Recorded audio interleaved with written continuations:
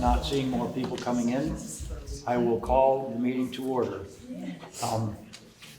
I want to make a statement before we get started. There are a few copies of the agenda that I think were on the back table. If there are enough, you can share them amongst yourself. I have been waiting until after we'd finished the public meetings to make my feelings known, but as of now, I'm going to say that I will be supporting the option for Marlboro to be a non-operating district. And we aren't going to be voting on that specifically tonight, but I will be entertaining some motions later, setting up the process for that becoming a vote that will be placed before the voters in March. So I'll repeat that. Are you talking about the end of the school year or when? Yes, if it passes in March, then that would be at the end of this school year, yes. I'll take it. I just felt like it was inappropriate for me to express my own views about that as long as we were having public discussions, looking at various different options. But the more I think about it, I think, real estate taxes being what they are, I don't think we would pass, another option. And honestly, educationally, I don't think it's a valid option either. To run a school without pre-K, K1, I didn't feel that was be the robust school that we want to think that we would have here. We will still be a school district, and we will still have the options in the future to make our own choices about what happens. There's going to be a time when there are going to be enough kids in this town to have a school, but as of right now, I'm just stating my opinion that I will be supporting the option to become non-operating at the end of this year. So having said that, I don't know if other school board members want to chime in with their own opinions, or we do have a section on the agenda where we'll be looking at motions and discussing them. I would just like to say that I think there's a strong enough opinion in the town that it should go on the ballot. How I will vote, I don't know. I really don't. And but I feel like we have had many people speak to us about it, and I feel like we need to put that on the ballot. But I am torn, so I don't, as a voter, I don't know how I would vote on that. Yeah, I agree that it should be on the ballot. I think that's been made pretty clear by constituents and at the meetings. I just think if we don't put the question in front of the town now, that it's just not a great idea to do that. Yeah. Can I ask another question? What is going to be on the ballot? So we'll get to that when we get to the discussion of the substance and sequence of the ballot items. So that's partway down the agenda. Changes to the agenda. We did get a note from Heidi. Yeah, go ahead, Adrian. How can we make public comments about that issue in the first, which is the only time that the public can talk at the beginning of this meeting, when we don't know what you're going to be talking about? There will be time when we are discussing the various motions that we'll be looking at. That with the school board will be, will have its opportunity to speak to those motions, and then we'll open it up for public discussion as well. The motions that I would like to entertain are very specific, and there will be chances for us to explain them, I think, and then for people to give their feedback on it. Okay, as long as... And we don't have to pass the ballot item today. That's correct. The motions will be to at a separate meeting, not tonight, because we've already, this meeting, we did not put on this agenda to vote what items to place on the ballot. So later tonight, I am proposing that we have motions agreeing amongst us what it is we will be putting on the ballot at the next meeting that we need to call between now and January 5th. So your agenda says exactly the opposite of that. Your agenda says this is not a vote yes, On which option? Right. So you're changing the agenda to? No, you'll see when the motions come. I think we need to keep going here. I've got a Okay. change to the agenda that I want to add. We have a small preschool fund. It's, I think, around $27,000, which is actually left over from the Meeting House School. And when they closed down, they had a cash balance. They gave it to the Marlboro School District, and we've just kept it as a separate item for all those many years now. And Heidi, our finance director, is wondering what we want to do with that for the coming year. So if everybody's okay with that, I'd like to add a discussion of the preschool fund in after the principal's report. Sure.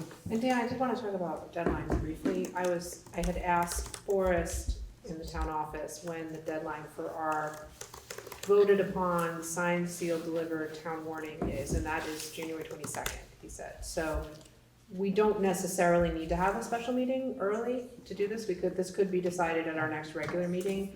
And I do think it's easier if we have a regular meeting that is on the third Thursday, because that's what people typically plan to attend, so. Okay, well, the auditors who make up the town report, Okay.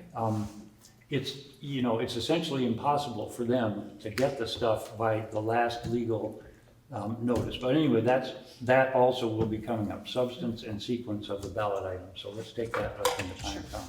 Can I just say one more thing? Yeah. So that I am assuming, now I haven't talked to my colleagues about this, that after the town report comes out, which will have the warning and it will have the budgets, if there's a budget to be considered, which there will be no matter what we put on, that we will have another informational meeting because we don't have town meeting anymore to discuss those things. So that there will be another informational meeting before, I hope, I don't know, when the ballots get mailed out, that's always a dicey question because sometimes they get mailed out before the town reports get here, which is a little unfortunate.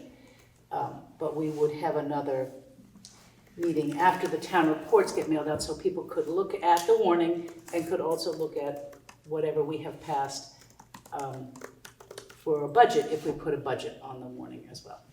Yeah, and I think that's usually in February that we do that, right? Yeah, because it's, Traditionally. Please make sure that you talk to us instead of Absolutely, yeah. yourselves. yeah, Traditionally in February, when we do that, mid to late February. right. Just so that we're sure everyone's had time to look over the town report before we start answering questions. So now may be a good time. Members of the community, now, if you have a comment that you want to make, this would be a good time. If you want to wait, then, and comment on the specific items that we're talking about later, that's okay also. I do want to read something that came in from Lynna Jackson. She wasn't able to be here tonight. She asked if we would read it. If she had been here and heard what I just said, she may have done differently, but in case I told her I would, here are her thoughts. At the school board special meeting on Saturday, December 13th, I learned that the Marlboro school board members are not in agreement on which question or questions to put to Marlboro residents about the upcoming school year. In the few days since that meeting, I have been encouraged by several people in town to voice my opinion on this important issue. My opinion is, if the Marlboro school board members agree that both options presented last Saturday, operating the school and not operating the school, in parentheses, would meet the educational needs of our students, then the question of operating the school or not should be asked of the registered voters of Marlboro by Australian ballot. Given the significance of the financial and social ramifications of this decision, I feel it is unfair to expect the Marlboro school board members to make this decision. If, on the other hand, additional information comes to light that causes the school board to agree that one of the presented options cannot meet the educational needs of our students, then it is my opinion that the school board should remove one of the options from consideration. As is so nicely stated at the bottom of the agenda of these meetings, our guiding principles, students will be at the center of our decision making. She goes on to say, this is a difficult decision no matter which way you look at it. So in closing, I'd simply like to express gratitude to the Marlboro School Board for bringing this matter to the town's attention.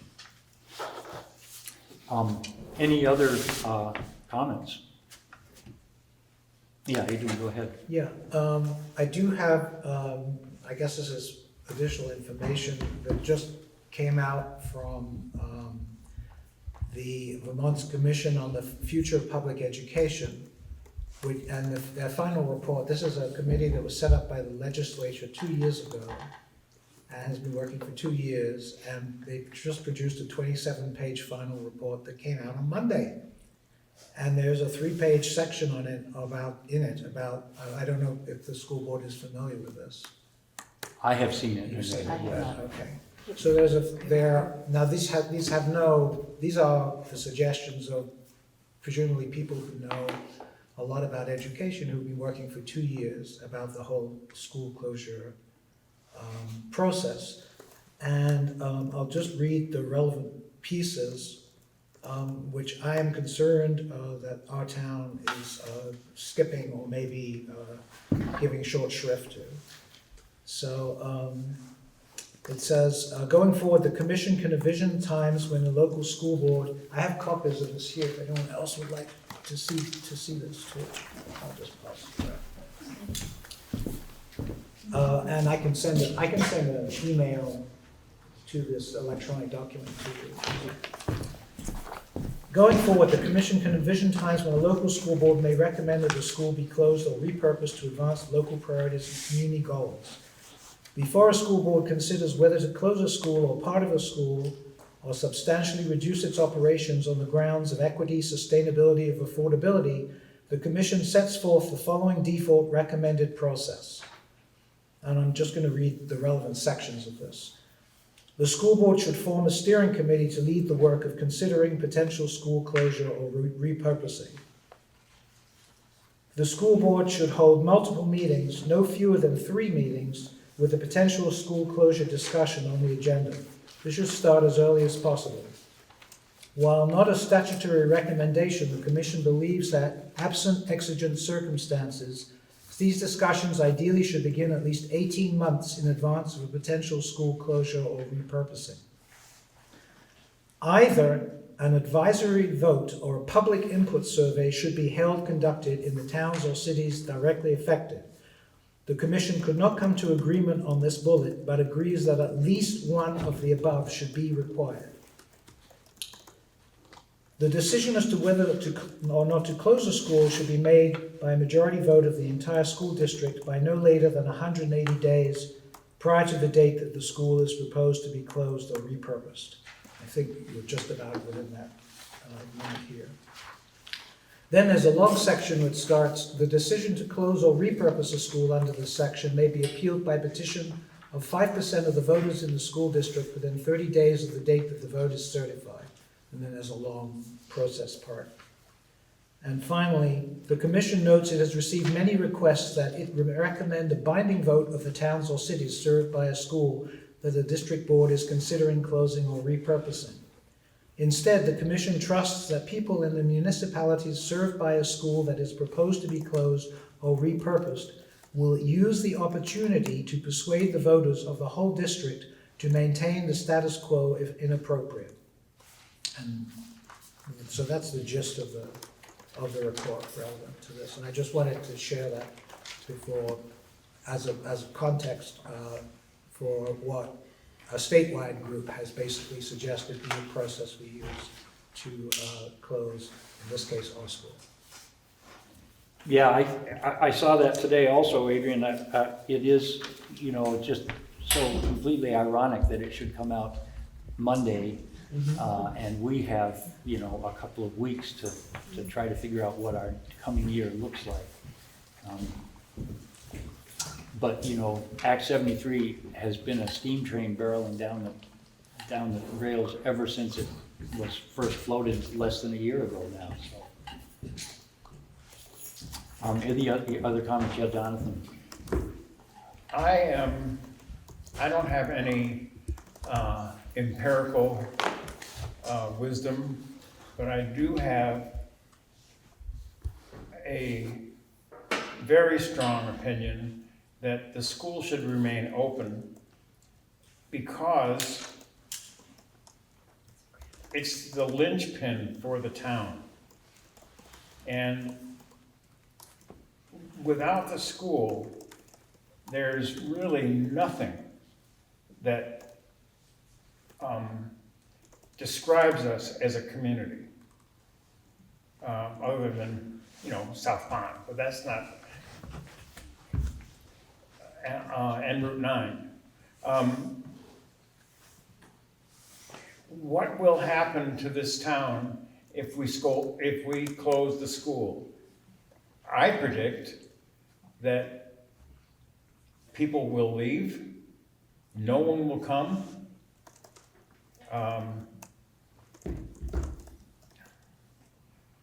There will be no fabric that will hold this town together. We don't even have a store. Come on, we have the community club, but that's not gonna help much. It'll help some perhaps. But anyway, my point is, we have, in my opinion, we and the school board and we voters have an obligation to do what is best for the health of the town. And I don't think that closing the school is going to be good for the health of the town.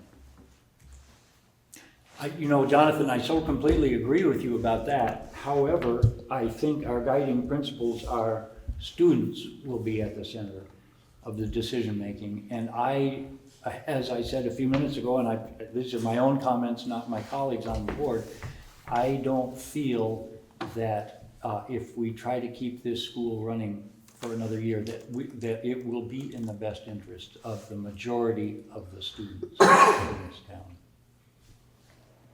Because the difficulty is, as the cohorts get smaller and smaller, each child only has 1 or 2 classmates in their grade.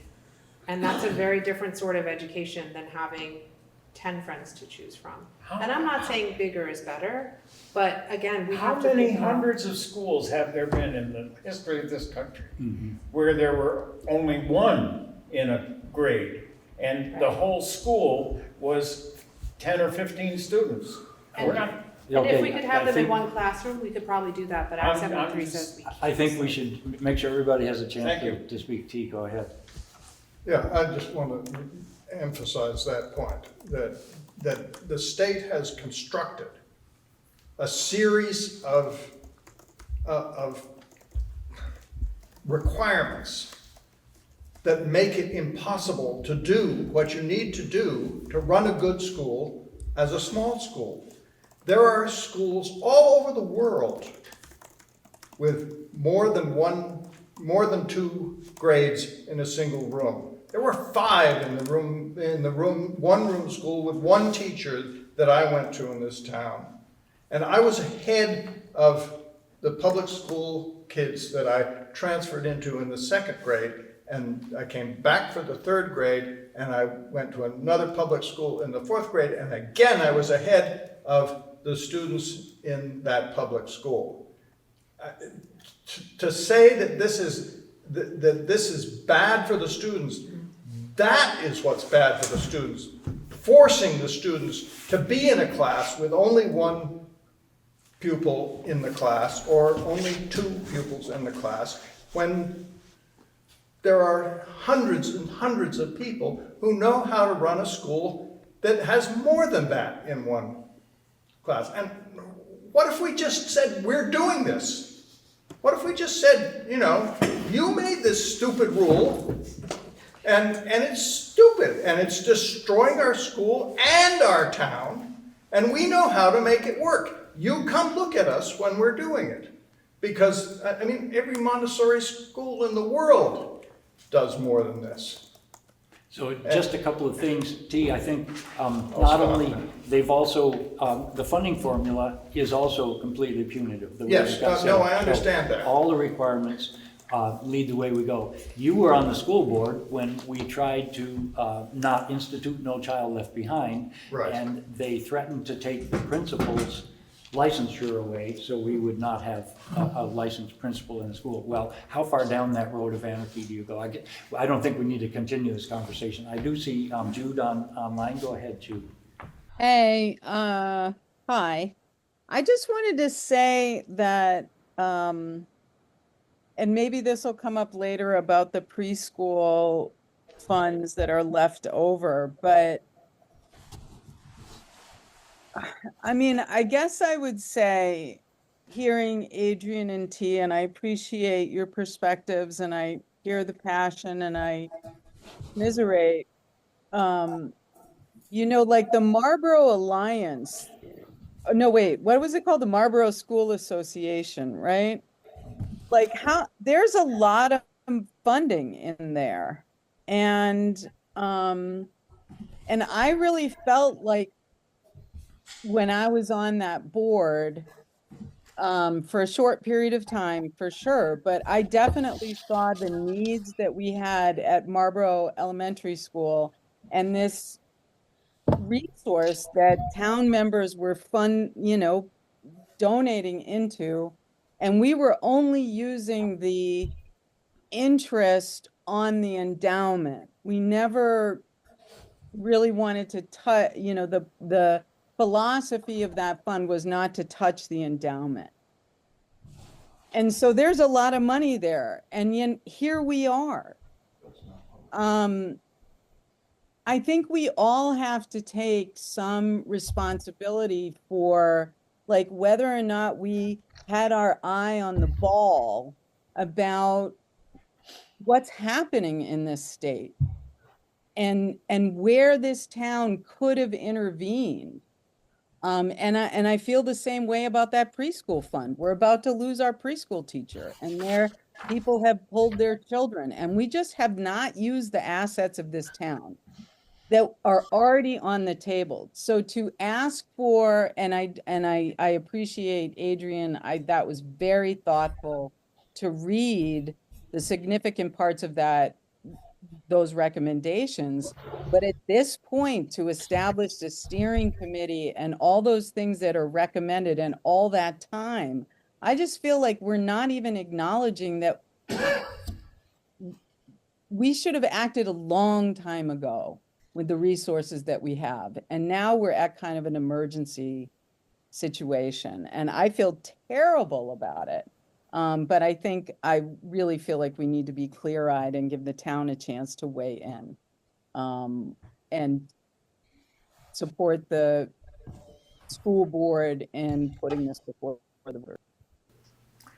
Thanks, Jude. I just want to make a comment about that is that,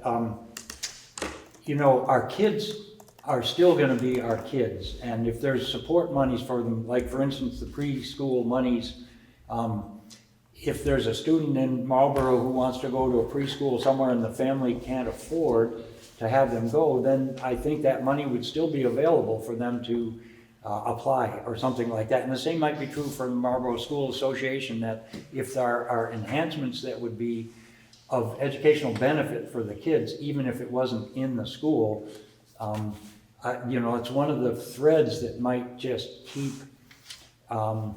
our students part of a Marlboro community. That's my only thought about that. If we don't have more public comments, members of the faculty, anybody on the faculty that wants Do you to? want me to just give a comment about the Marlboro School Association? Sure, Put it yeah, in context, yeah. if that's okay. Being the president of the Marlboro School Association for 30 years now, or whatever. The first thing I should say is that, we do have an endowment. It's not the kind of thing that can keep a school running. It certainly could be used to make a difference, and we are thinking about, with the, likely imminent closure of the school, about what the role of the Marlboro School Association will be. And we have time, to think about that. But certainly it's very clear that the association has always been premised on that it would support the children of this town, and we have to figure out, we expect to continue being in existence, and we may stop raising money for it for a while, or who knows. But we certainly plan to continue to use the investment income to support children to the best of our ability, and whatever that might mean in the future. Thanks, Adrian. Thank you. Do you want to take one more Peggy. public comment? Yeah, Peggy, go ahead. Yeah, I was just gonna say that, if the school does close, or even if it doesn't, the Marlboro Alliance has community grants.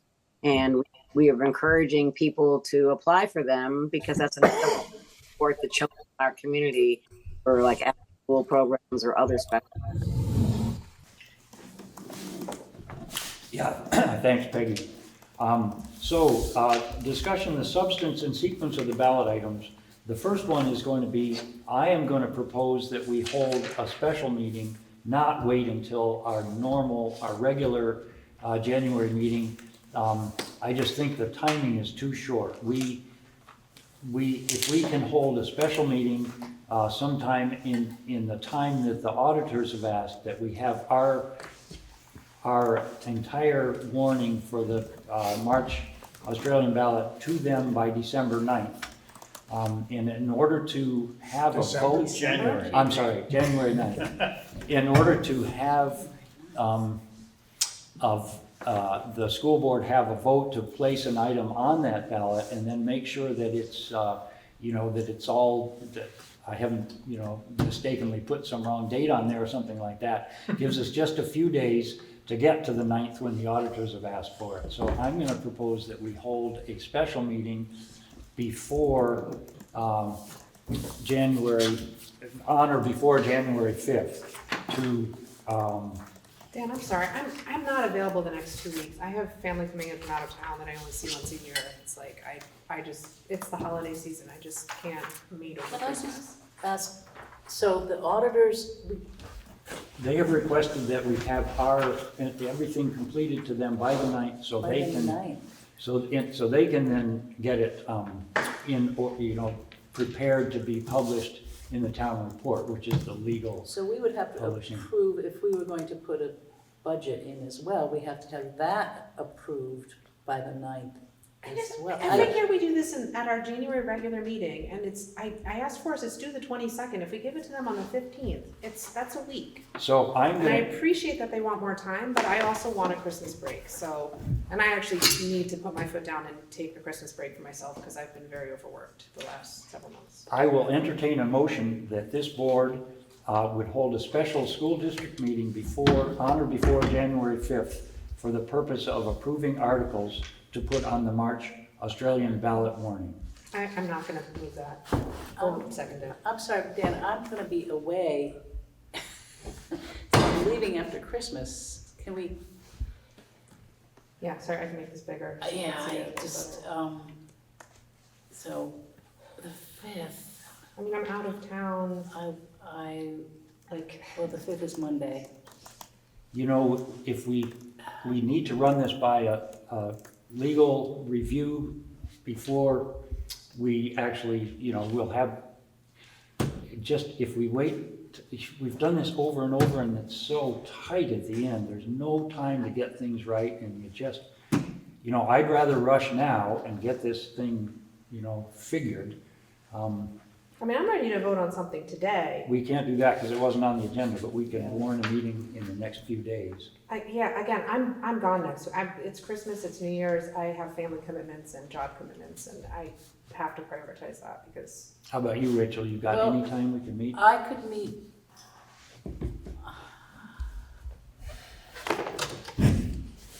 I just feel like, is there a way we can talk to a lawyer the week of the 12th? We could have our school board meeting earlier than Thursday. We could meet the week of the 12th, and that gives them 10 days, if we do it the 12th or the 13th, to square up the auditor's report before the meeting. And I feel like that's gonna have to be enough time because I feel like this is such an important issue, we shouldn't vote on it with just 2/3 of the board.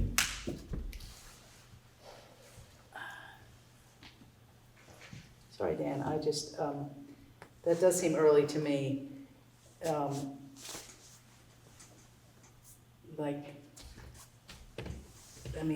I could meet on the 8th. How about you, Andrea? Are you back on the 8th? Could we meet then? I actually have a thing on the 8th that's not on this calendar, that I have to be available the night of the 8th. Again, for family commitments. 9, 10? I mean, how early in January I could think we meet? The 12th is the earliest I could do. Could we meet the 12th? That's later than the auditors want it, but it still gives us some Yeah. time if we approve it at that And then I point. think we should just move our special meeting to, our regular meeting to the 12th and We- do the regular meeting business We that could night. do that. Yeah, let's do that. Okay, so, is it agreed that this school board will hold a meeting on the 12th? Bob, you can't be there. Well, so, yeah, Heidi and I are probably not gonna be available. I don't know if you're gonna need us at that point, or you have us doing the back legwork, helping you with the written pieces. I don't know that you need us, but we do the West River meeting at 7 PM. How about the 13th? Could you do that, Dave? I could do the 13th for sure. How about 13th? I think I can do the 13th. Okay, let's make it the Can I 13th. just do a quick, have somebody at home check the calendar? Yeah, right, yeah. Because there was some stuff written about, that was handwritten that I didn't make it to my digital calendar.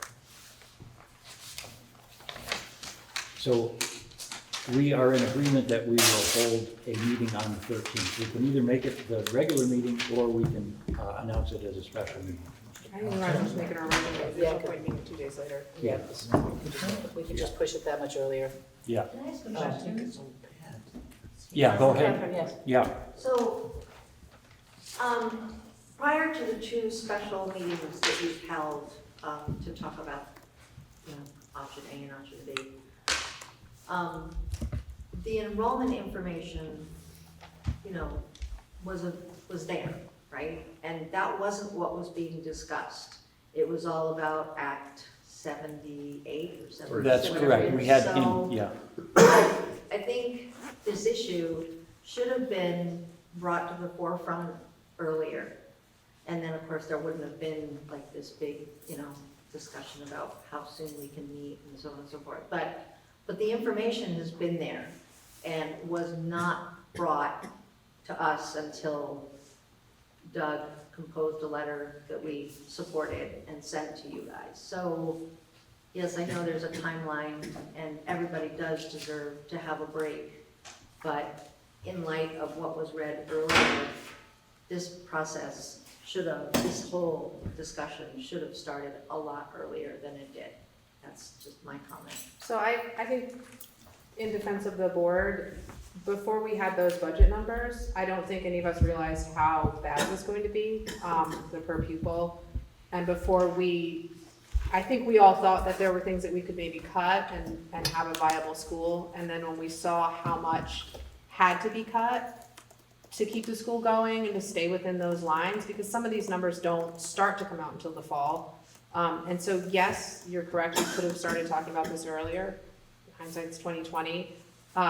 But in our defense, it was when I saw that first budget that I was like, this is a problem. Yeah, that makes sense. So, and I apologize for not bringing the issue to the forefront of it, but again, it was like, I saw that first budget, I was like, this is not gonna work. So, we have to figure something out. I think, again, as has been mentioned, the students, have to be the center and of our concern, and being able to provide a robust and really full-fledged program here, I think is in critical jeopardy. And I sincerely appreciate Rose Watson's comment from the last meeting, for reasons I won't get into, but I was glad she brought that up. Could you just Can you summarize? remind us of the comment? Yeah. I don't remember it. What was that? She talked about how difficult it is to deal with bullying in small schools. Right. Absolutely.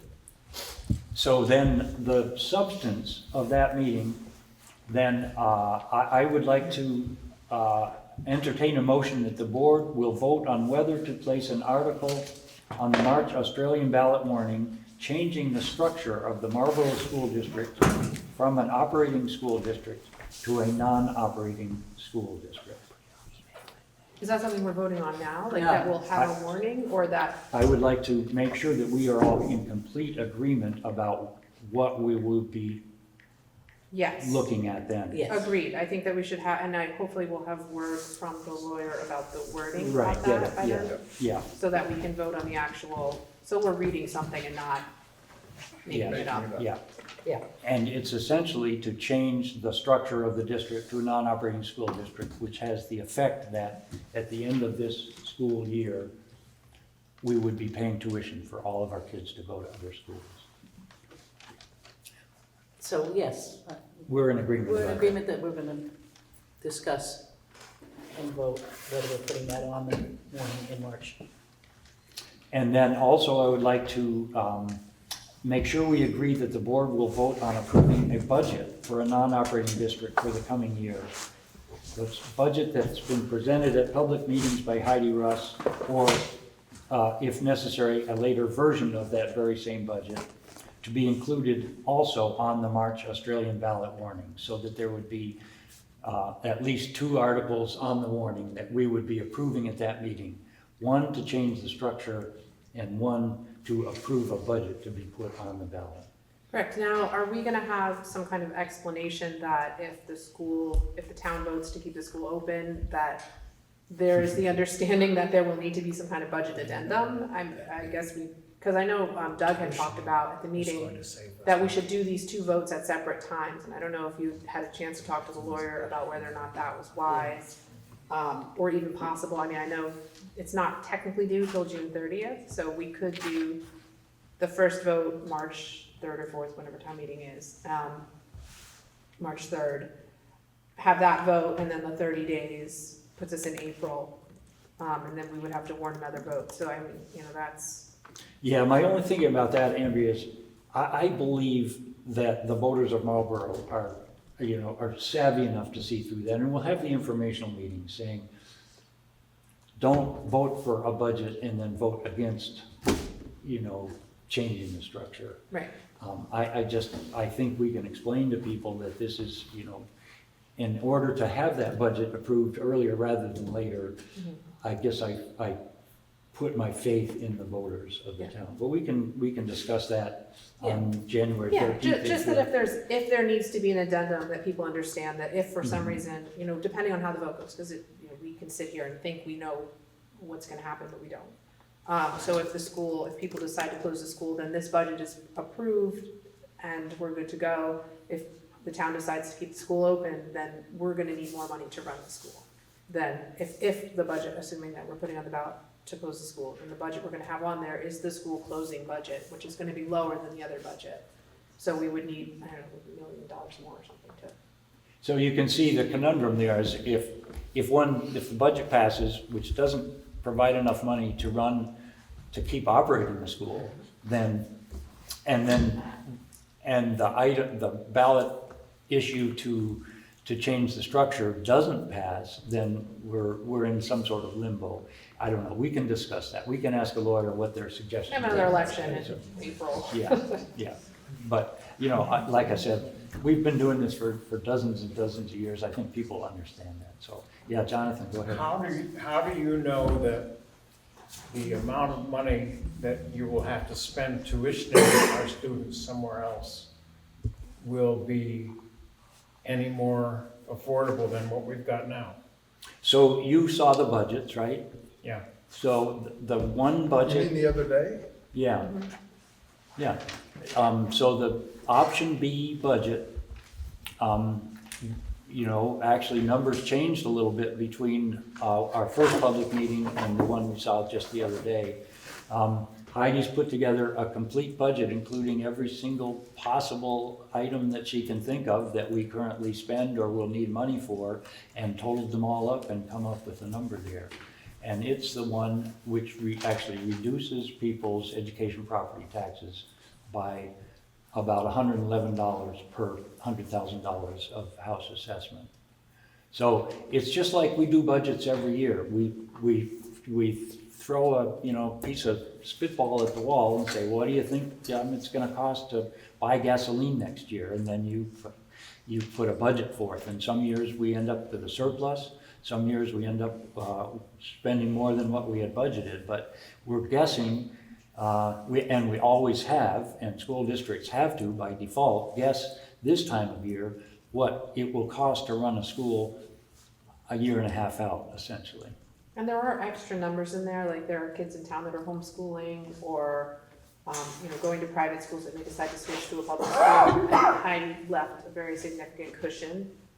So it's more likely that the budget is higher than it's going to need to be.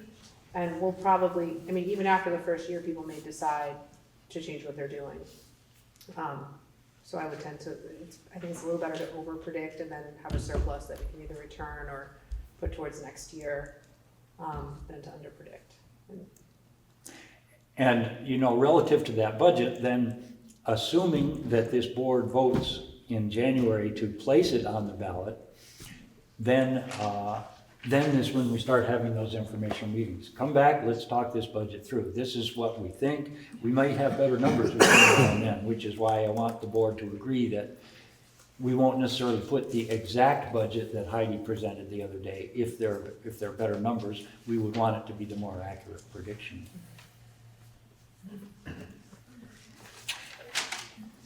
Further comments? Yes, you go ahead. So at the last, on Saturday, I don't remember what the figure was, but I understood that the budget that was presented for running the school had dropped significantly from the previous time. Will you be looking at that budget again in case that drops again? Because Do we get new numbers? the whole discussion here is about despite being reminded that we're doing this with the kids at the center, we're talking about money. Money is what we're deciding this on. Money is what people are being asked to decide it on. They are not being asked to, here is the school as it is, and here is the school as it isn't, with kids going all over which way. And Jonathan suggested, and you agreed, that the town might lose people. What's that going to do to the tax rate? If nobody wants to be here, who's going to sell a house? Well, What are they going to sell it for? To be fair, we're just talking about the budget now. That's why we seem to have been stuck on money for the last few minutes, because we're understand. talking about a budget, but I think myself, I feel like it's been pretty clear from what Dana has said that, educationally, that's not a really wonderful option either, to try to run the school next year with partials. So, when we're talking budget, we are Okay, by default fair talking enough. money, but. I think we have to acknowledge though, or I feel personally we have to acknowledge that we can have a continuing discussion about what creates a viable school here with fewer students. So, Dana put together her belief, and we stuck with that because, she's the principal, Right, she's here with the right. kids. But I don't know about my colleagues here, but I feel like that discussion about how we could run a viable school if the town votes to keep it open still needs to be, we still need to have that discussion. We need to have the discussion about the money, but we also need to have the discussion about Right. all those things. Like, well, how is Dana is she gonna lump those kids together, or are we gonna get rid of how are we gonna do it? Right. Because it's a possibility, and if you feel that strongly, Jonathan, keep telling people. Don't worry. Everybody has a chance to vote. I wasn't worried. We're talking about money, but I would say we're not done with talking about how to create a small school, That's you know, what that's the both discussion. physically and fiscally. That's the discussion I want to be part of. Yeah, And can I also say that, just going on from what T said, that it is really kind of interesting to me that we have been talking in these special meetings about money, and I have no idea how you feel about this, Dana, but you and your staff are the best people to know, what you think. I mean, I know you all have, we all have our biases and so on, but I would love to hear from you if it's appropriate and the school board agrees, and maybe it's not. I don't want to put you on the spot. But I'd love to hear from you whether you think that educationally, to the, you know, that your best opinion, or you and your staff's best opinion on whether running the school for an extra year would be on a net positive for the kids or not. I can't say that there is likely consensus among the staff about that. Okay. I think, you know, we're all individuals, so we all have our own thoughts and ideas. I've seen recently what seems like, for some people, more of a shift toward thinking about closure. And some of that may be just feeling like that's sort of where this train is going, you know? As an educator, I have concerns about cohorts that are too small.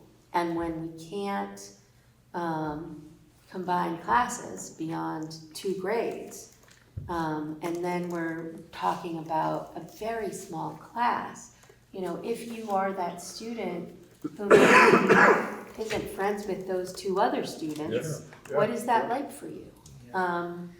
And if there's enough of a cushion of students, then we don't worry as much about that. But when there aren't as many, those are the things I worry about. The other thing I worry about, and I'm not speaking for the school, I'm just speaking my own heart, is if we have school again next year, and we are having these conversations again for a whole nother year, what is the impact of that on the kids and on the faculty?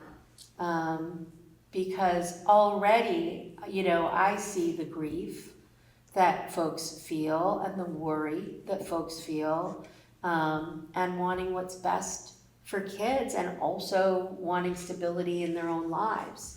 In the past month, I've had several staff members already leave, you know, and no hard feelings and no blame, none of that. Because people, these are uncertain times and people need to take care of their families, and so it's just really tricky, because I have those same fears about what does it mean for a town when you close the school.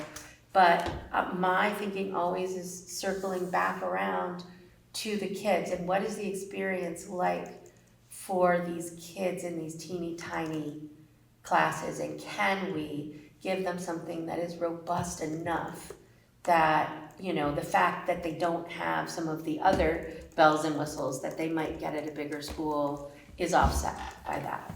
You know, there's a trade, and I don't know. So that's what I think about it. Catherine, I noticed, go ahead with Catherine and then Peggy. Yeah, I hear what Jonathan was saying about a school being a significant part of the fabric of a school, of a town. But there are a few families that, not specifically this year, but last year and this year, that have already left and are already going to other schools because those parents didn't feel like needs were being met here. Not through anybody's fault, but just through the circumstances. And I know of 2 other families that are now considering moving their children for similar reasons. So it's nobody's fault in terms of, you know, the smallness. It's just the circumstances. It's just what we're facing. But yeah, this teeny tiny school, even though it has this wonderful, rich history and has done right by so many people in the past, it's in a really precarious position right now to be able to offer,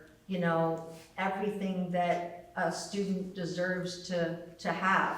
And again, that's just the circumstances. It's not, you know, so unfortunately, it's sort of that fabric that you know, as being part of the community is already fraying. It's already kind of unraveling, so. And I do want to speak up for our teachers and our staff, because I do believe, and more than believe, I know that our kids are getting so much from them.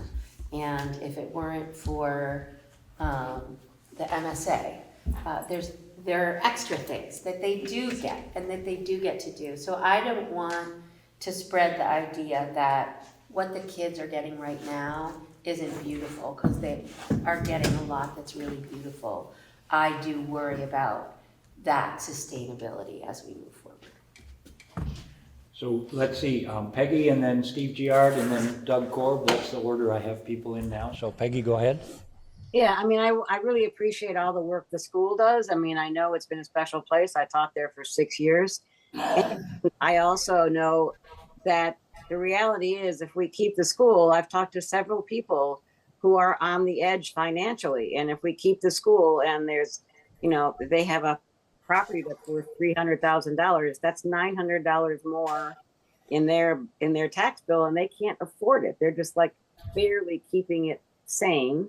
And then what I haven't heard anybody talk about at all is, if we do vote to keep the school, what about the costs to the upgrades we need to do to the school? I haven't heard anybody talk about the extra money we need to do. You know, we would love to keep our kids here, but then there's the whole cost of that, plus the changes to the school that has to be done. I'd like to hear something about that. I think we can respond simply by saying it's monumental, but that's true for every single school in the entire state. And they are eventually going to have to deal with that, but it doesn't help us for right now. I think we're legal at this point. Is that correct, Bob, as far as you understand it? I mean, we don't need to do anything, but there are many things that we really should do. I shouldn't ask if we're legal in a public meeting. That's a no. I retract the question. Glad I could help. And Steve, did you have a comment? Or? Yeah, I did. I want to start by saying I have worked in this school and appreciated everybody I worked with. And so I have to leave my emotions off to the side. We talked about us having the best interest of the students in mind. And I kind of get the idea that the general consensus is, if they go somewhere else, then those schools that they're going to are not adequate. That may not be correct. I mean, I'm thinking otherwise. I'm thinking that if we send students out to other schools, then potentially there is the probability that they'll have increased classes and get good education where they're going to. So that can still be in the best interest of the students in that respect. Secondly, finances.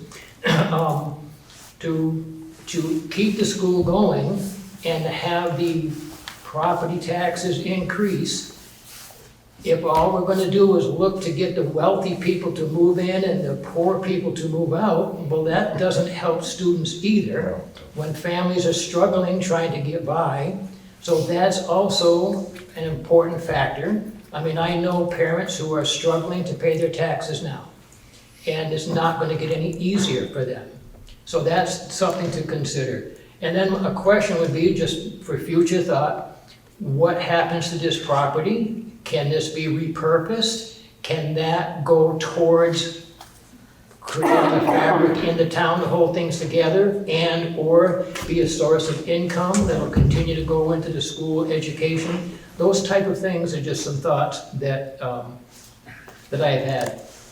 And I was reading in the Vermont Daily Chronicles, and so I believe what I have read is that the school budget portion of our taxes in Vermont in the last 5 years have gone up 40%. Something to consider. We can't, that's not sustainable. And so those are just some comments that I have. Thank you. Thanks, Steve. And Doug? Doug Korb? Yeah, I just have, I guess, two comments. One as a parent, and then one as a voter, and sort of just reading through a lot of the legal stuff that's happening on the state level. So I just, as a parent, I really want to appreciate what Dana said. I have concerns. One is I love our staff. I love our teachers. I love everyone that's taught my children at the school, and I don't want to begrudge them opportunities that would arise in March if we want to stay open for one extra year. Um, but I also have concerns if somebody does leave, that, who would we get to fill that position with the state of the school currently and the questions that we have? I don't think a long-term sub is good for anybody's educational experience in the school. So that's just one as a parent that I think a lot of parents have, and I think I'm speaking for a few friends out there too on that one. And then secondarily, I want to respond to, I think Jonathan was the one who brought up, who's going to move here. Well, as a board, it's your responsibility to look to a 5-year plan. And if you're looking 5 years down the road and you see what the state is doing, it is in the best interest of Marlboro in 5 years, maybe next year, to be non-operating. And it means that we retain our independence, we retain our budget control. We also know that Vermont has a geography problem, so we will retain choice for our families to go west or east for their children. And I think, lastly, that people, if we were to merge with Brattleboro and just become part of Brattleboro, I feel like people would just not buy houses here. They would move to Brattleboro. They would live closer to the school. So I think non-operating does present us with opportunities for people that want more choice for their kids to move here and come and purchase houses. So, I don't think, well, yes, this is sad times and this is concerning. I don't think the future is to merge with Brattleboro. That's my feeling. Thank you, Doug. Talking about a 5-year plan, I just looked at the numbers of the sheet in front of me, and we'd have 20 students in 5 years. So I think we may disagree on whether or not 50 is enough, but I think when we're talking about 20 students, it gets a little more clear. That's just back of the envelope math based on the sheet from last Saturday. So. But, Doug, I think we all appreciate your point, just that things could change too. These are what we see right now, but the demographic in Marlboro is there are lots of people above a certain age still living in the same homes that they've lived in for many, many years, and that will change. I don't know, Vermont's pretty issuing threats high up there. longevity. People live till like 95 here. You just have to shoot us all. Could we move for a minute to the item that we added to the agenda, the preschool fund? This is. Dan? Oh, sorry. I just need to clarify something. Earlier, you in preparation for the meeting on what you now decide will be January 13th. Yeah. You called those motions, but no, you didn't vote on We them. didn't actually, but I believe because we all sat here and agreed that we're in agreement as to what they are. Do you want them? No, if it's informational, that's great, I just wanted Yeah, to. they were be clear on agreements, what- not motions, because we didn't, a vote wasn't necessary, but. We're hoping to have the actual verbiage by then. Yeah, right. That we can just exactly. read and not ad lib. Yeah. Thank you. Yeah. And we can provide that to you ahead of time, actually, hopefully. So this came up because Heidi Russ, who I see is here, sent a note saying that the preschool money that was left over from the Meeting House School is sitting in a CD. Rebecca's had it earning interest for numbers of years now. And Rebecca's thought, or not, I'm sorry, Heidi's thought was, rather than have it continue to be managed separately, could it just be rolled into our general fund? So the school board could either agree to move that from its separate fund into the general fund. As I said before, another option for us is to keep it as a separate fund, allowing, now that we no longer have a preschool, we won't have a preschool under either of the options next year anyway, allow that money to be used for preschool purposes by Marlboro families. That seems like a really nice way to continue the legacy of the Meeting House School. However, What do you folks think? We can do it either way. I would be in favor of keeping it for the preschool children of this town. I feel like that's what it was designated for, and it's a nice legacy from the Meeting House School. It served those kids for so long. So I would not be in favor of rolling it into the general fund, but keeping it as a, and then there may be children who need transportation, there may be children who need help with tuition because they only get 10 hours a week subsidized. So then we should, I think, as a board, decide a way for people to apply for that if they don't already, because if there's not a process, then the money's just gonna stay there. And so we should have like a, I don't know, application, I don't know how that money gets are we managing that, or is there some other group that manages that? Is it How do you ours? tell us, can we manage Well, she it? says it's in our funds, so I'm assuming we're managing it. So we should have some kind of application process where people. Last year, we discussed this at the board meeting, and there is a process for current attending families to ask, and at the time, that was, I became the designated person for that, but depending on how things unfold, there should probably be a different process for that. It's not a huge amount of money, it's 27,000, which, I mean, it'd be a lot if I had 27,000, but for a school, that's not a huge amount of money. I mean, that could probably be gone in just a couple years if we were helping pay tuition, like if people needed more assistance. Yeah, I know. Heidi, I wonder, would you just, can you give us an accurate number for how much that is? It doesn't need to be to the penny, but just approximately. Rebecca thought it was somewhat different, so I don't want to open a wound here, but. Well, she said 27,500. Yeah, the fund balance that I'm showing that's being audited, but I do believe they're confirming, is $27,535. Now, coming out of a CD, it might have accumulated some interest that is not in what I have at this point in time.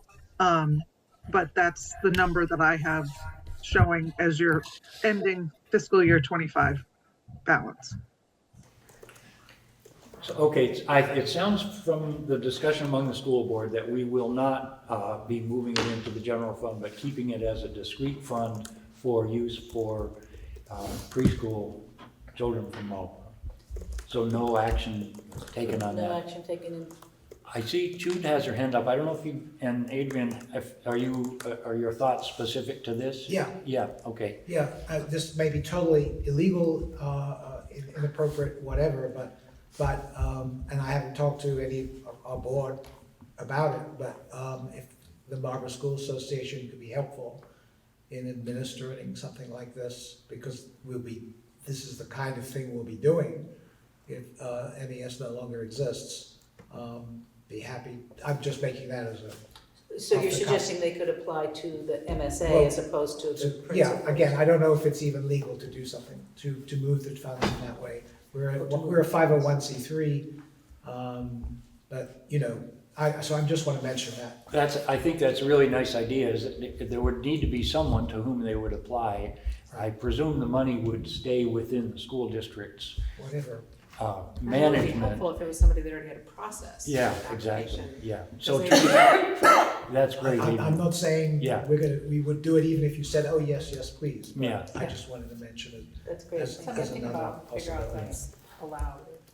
And Jude, you had, I see your hand is up. Yeah, there are like a couple things, and maybe you guys have kind of moved on from this based on what you're saying, but there are two things, like, I don't see why not to roll this back into the general fund. And then also whether or not this could pay for some of or cover the severance for this class of professionals. So one, which is coming out of which is recommended for the general budget, but I wonder if you guys have thought about that. I just felt particularly strongly that that money came from the Meeting House School and was designated for the younger children of this town, and we should keep it for the younger children of this town. That was just me, but I saw nods from my colleagues here, so I think that's where we went with that. I think there were implied limitations on that money originally, and I don't know if those are gone now, but I think, you know, keeping with the spirit of why that money was there in the first, I mean, that was donated money, right? Yeah. Yes. So I feel like keeping with the spirit of the money that it was donated, I mean, you know, what you can do and what you should do, you know, not always the same thing, but I just think it would, if it was going towards preschool children. I mean, there may be a time when we don't have any preschool children in town, and then we can talk about rolling it into the general fund for the older kids, but, so. Well, I mean, I do appreciate that, and I think that it was fundraised. That was money that was fundraised by the parents and families who were part of the Meeting House School. I was on the board at that time. And so that was many years ago. I'm actually kind of a little surprised that fund hasn't been expended, but I guess it hasn't been necessary. But I would just say that I think that we should, you know, consider expending this money in a more expedited way than has happened since it's been pooled together. And that, you know, it feels like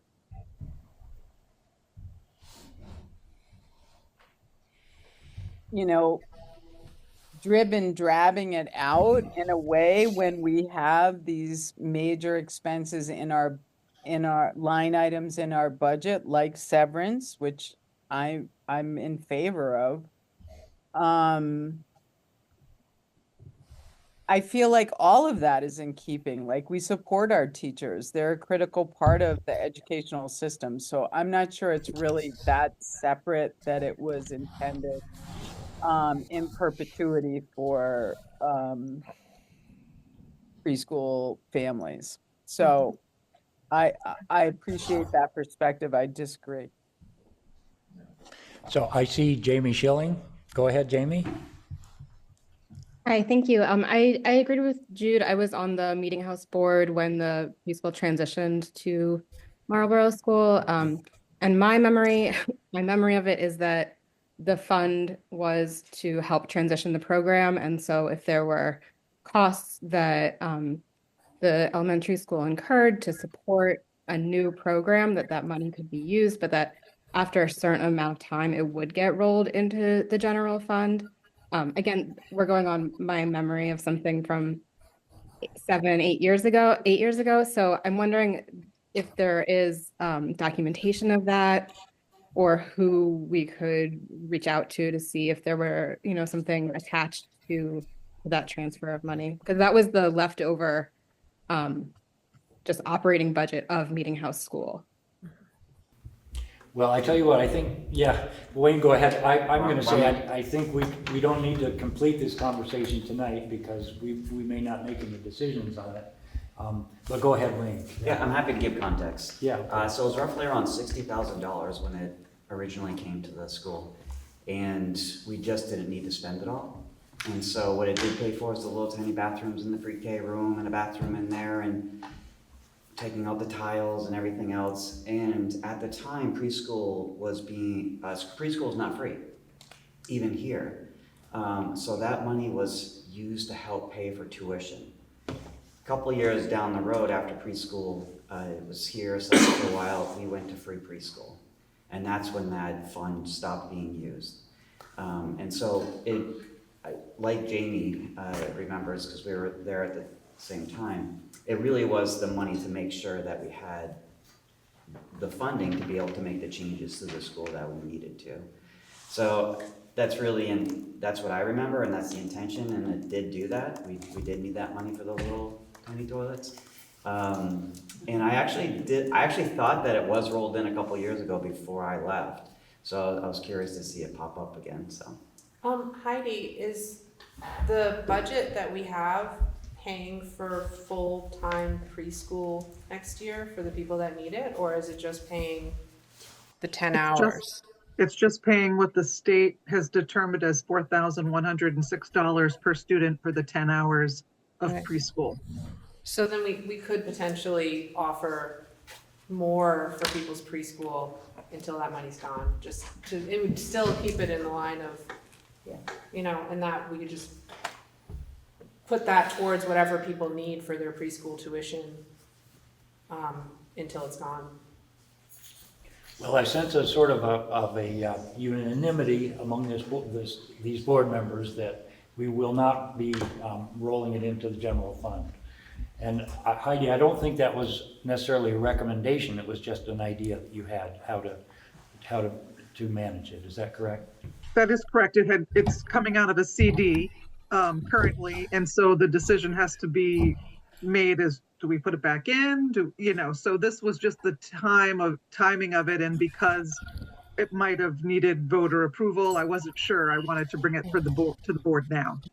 Well, maybe we should have an item to approve to spend that money to pay for preschool expenses in the coming year, and just, in a sense, it comes out of the general budget, but it's going towards because I don't know if if the preschool, this could be something that we add to the ballot for January, is that a board vote that happens, or is that I'm sure we can do that. town vote? yes. Okay, yeah. We can do that. But what I would suggest is that tonight we discuss what to do with it, because it did just come out, it's sitting in the form of a check now at Rebecca's office.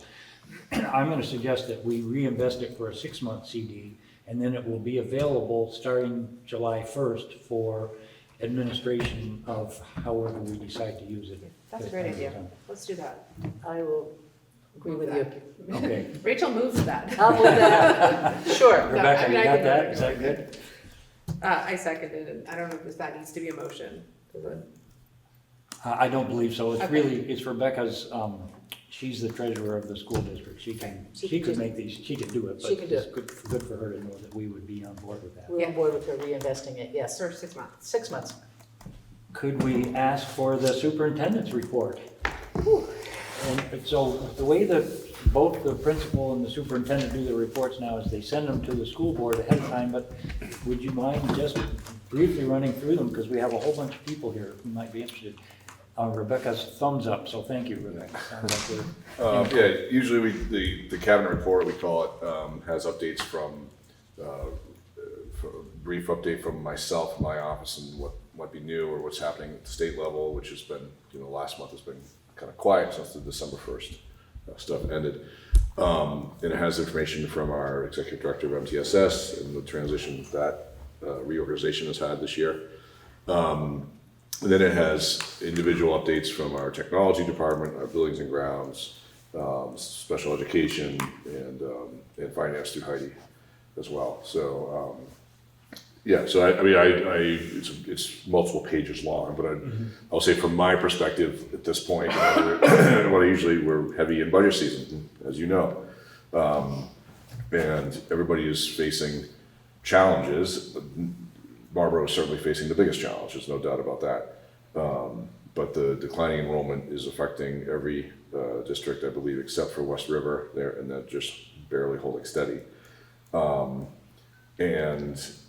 As we see the implications of, I think the challenge that we're seeing, this is not news, but going on for years, but how bottom line expenditure budget increase or decrease doesn't correlate to what's happening with taxes based on the mechanization of the funding formula.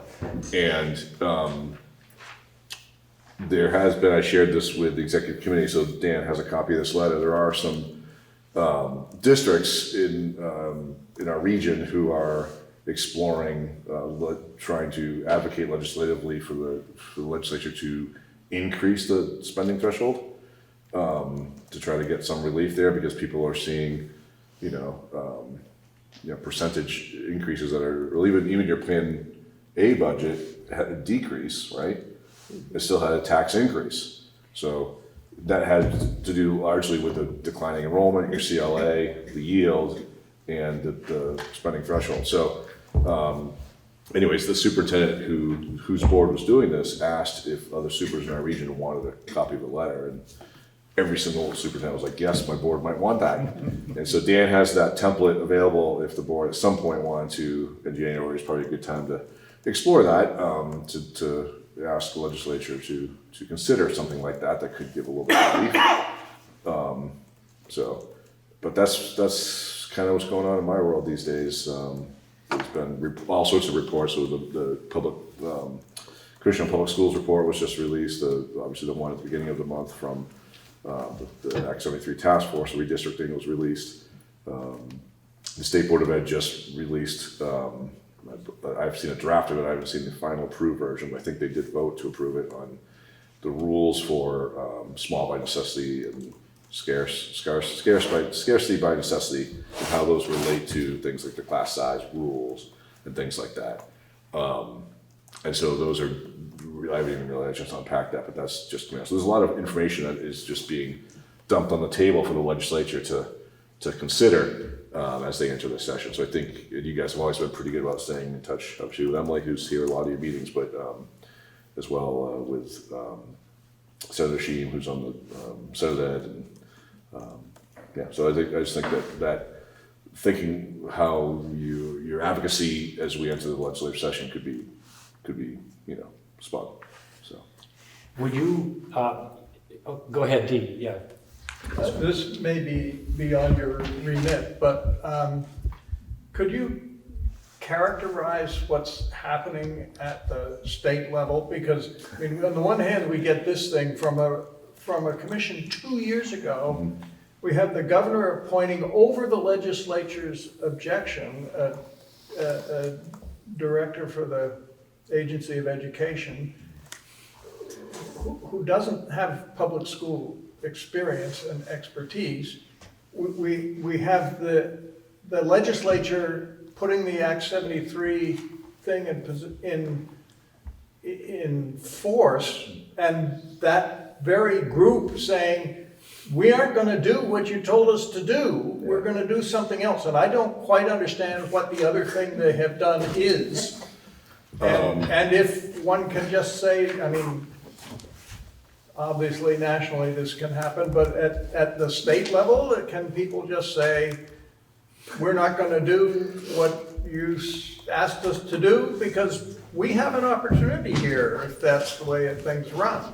So that's a heck of a question you just asked me. Yes, I said maybe on your remit. Well, I mean, I certainly have thoughts and feelings about it. I think answering the question that Dan retracted earlier is actually an easier one to answer. But what I'll say is this, is that like the chaos that we see nationally, I mean, is pretty extreme. And so it makes it seem like what's happening at the state level maybe isn't that extreme, but it feels pretty crazy to me. The commission, the report that you referenced earlier, was a commission that had, when I first heard about it 2 years ago, very high hopes for what that could do. And as a public school advocate, like for me, my position, like, yeah, let's see what that looks like. And I was very interested in the people who were picked to be on it and who was running it. It was just very interesting. And then when Act 73 got passed, it was like a leg sweep there. They just took the wind right out of their sails, right? And so that group, it still has some very people on it that I respect quite a bit, but their authority of it was completely stripped away.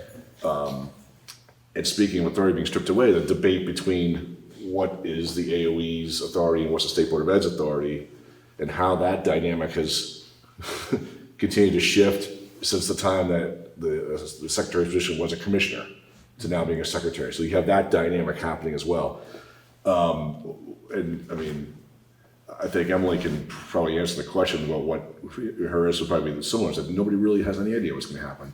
The leadership in the parties seems kind of backwards in how people are aligning with the administration demands. And I've had conversations with folks at the AOE who are telling me, no, this is really what we're going to do.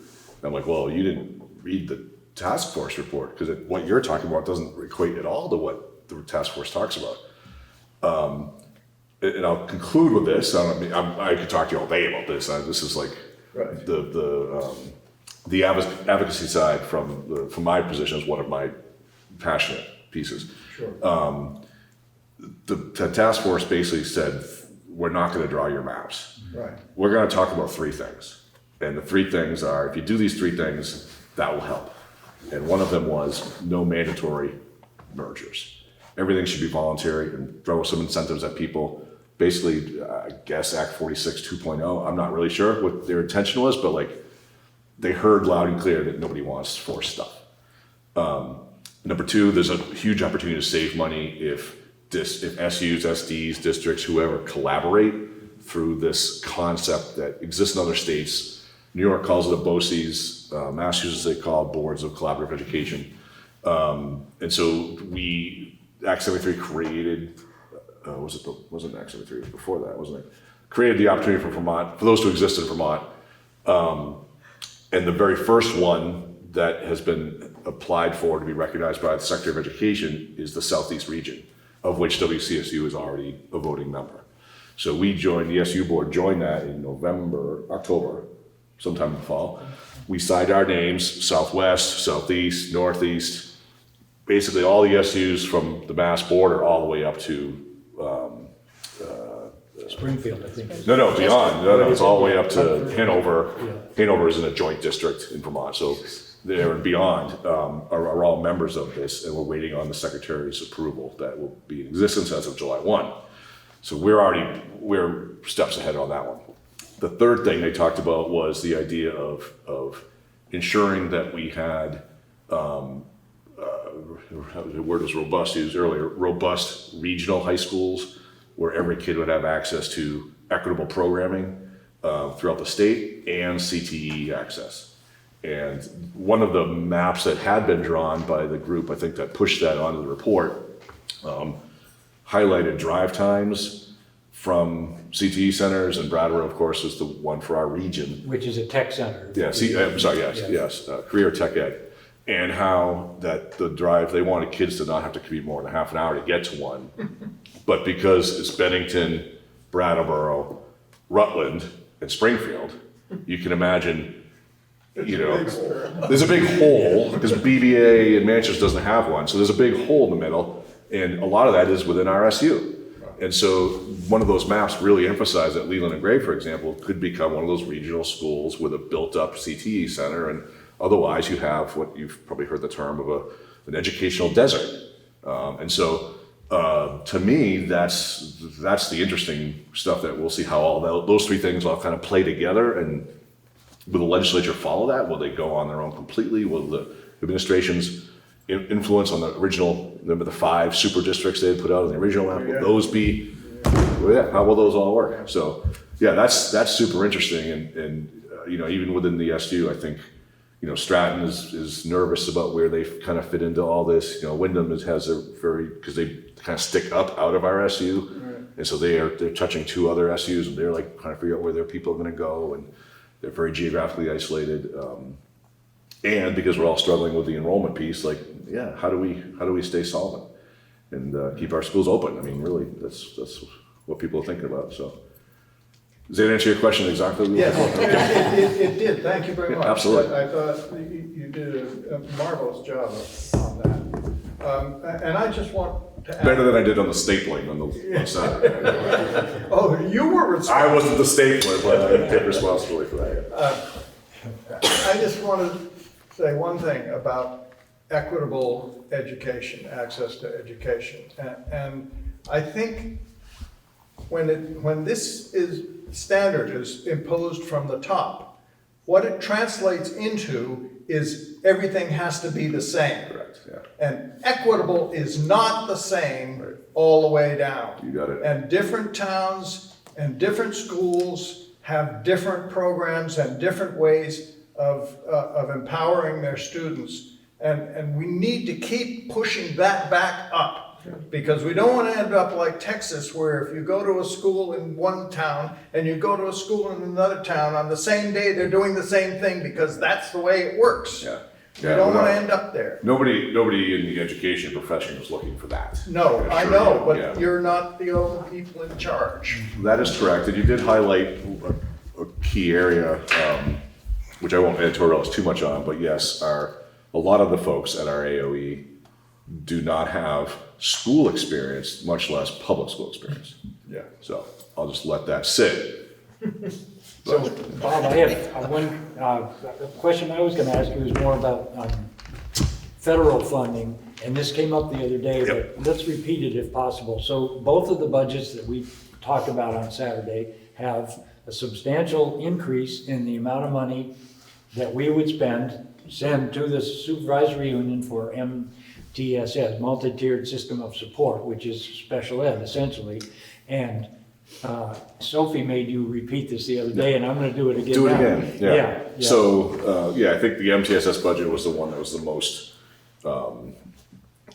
obvious, that the expenditure budget that we developed at the SU and the SU board approved was a 3.4, how are you gonna correct me, a 3.4% increase, I think, something like that, which felt to us very reasonable, given all the other, factors you have to consider, and how much special ed has grown over the years, and we felt that was pretty responsible.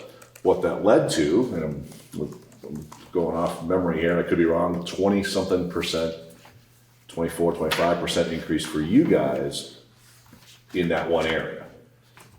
And the reason is the felt lack of federal funding. So it's about $700,000 less received through the titles, and the title grants are a collection of different grants, but $700,000 less the RSU will receive next year versus this year. And that has been a trend. It's a downward trend every year. Special education funding through IDEA is similar. It's been a little bit of a dip there as well since Act 173. It's been going on since the 70s. It was supposed to be 100%. Well, right. I mean, it's never met the. Yeah, you're right. We get, I think 6% is what we get now. Yeah.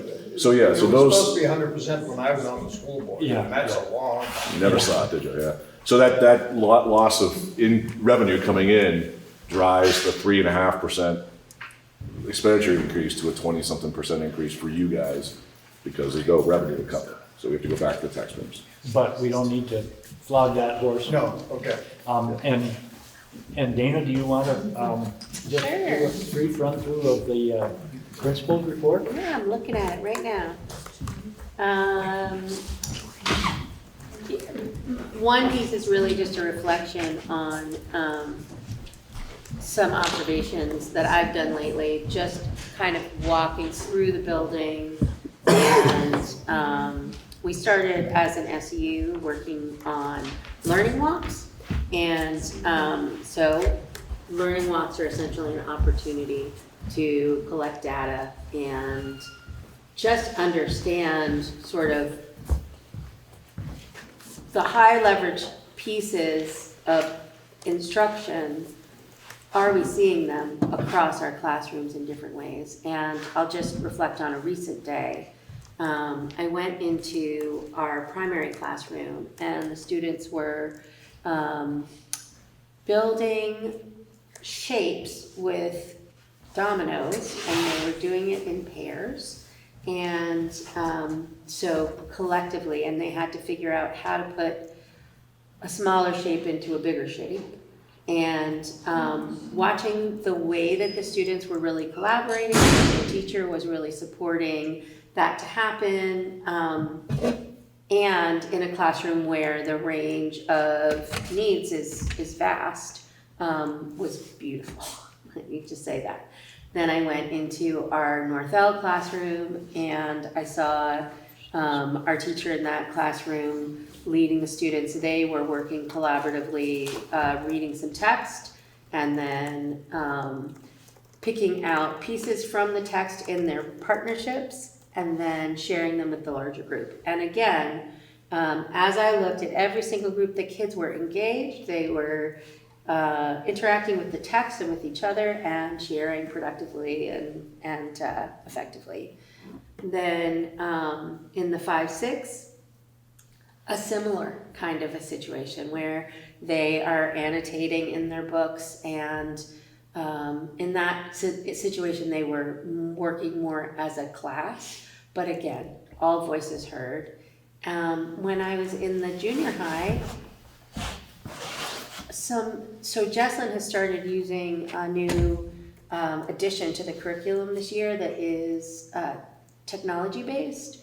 And the kids are so invested in it, and the way that they were really talking through the problems that were being posed was complex and thoughtful.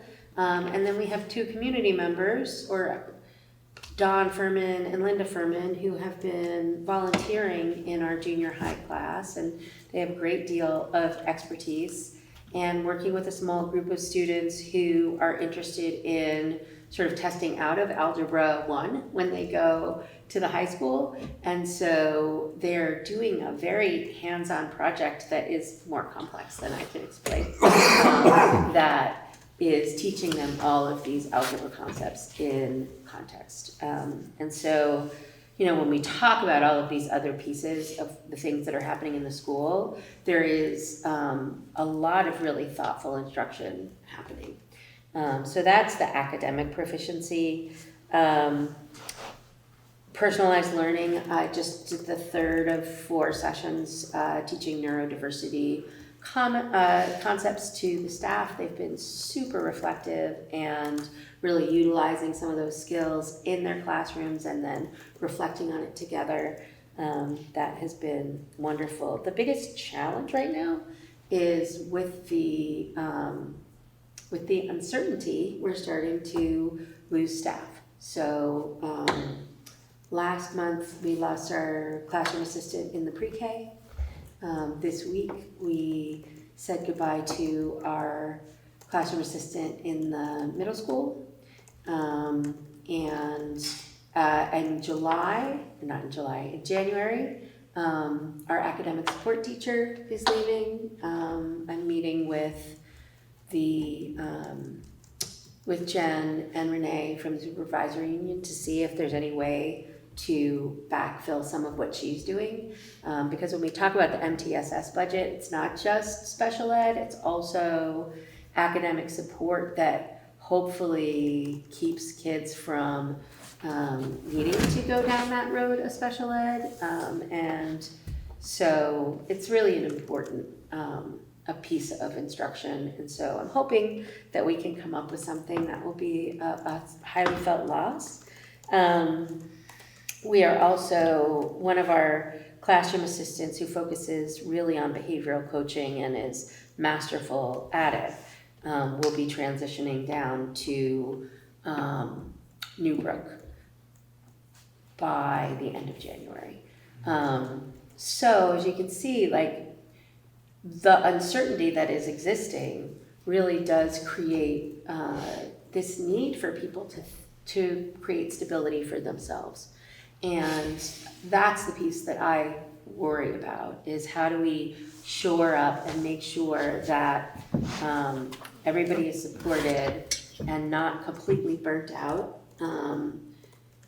by doing the extra things that now they need to do while also worrying about their future. And so I see my role as really being trying to be a support to everybody, and to let people know that what they need to do for their own lives is valid and important, and that also, as I've said a million times, I will say it over and over again, we are here now, our kids are here now, and I know that despite all of this tumult, all of our staff, not just our teachers, all of our staff are really giving beyond 100% for our kids. And I'm so proud of them for that. Yeah. Can I just add to that, that we know that stress is, well, we know it's real and how it affects our lives, but what we also know is that stress, people in leadership positions absorb stress and people beneath them. And so this one right here, he's doing a fantastic job while simultaneously absorbing the stress from all of her staff as well. So I just want to make sure your board is aware of they have a very strong leader here with who's very student-centered and is focused on everything that she should be. You guys should be very proud of.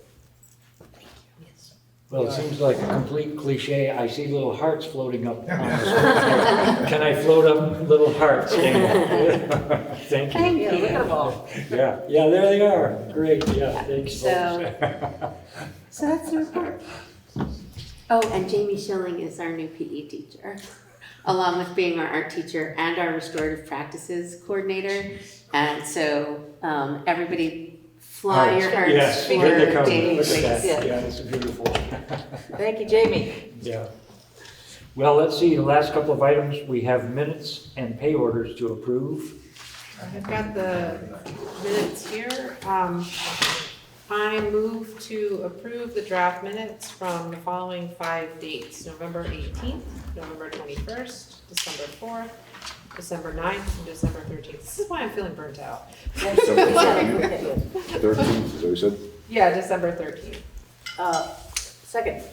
All right, it's been moved and seconded, we approve all of the mentioned minutes.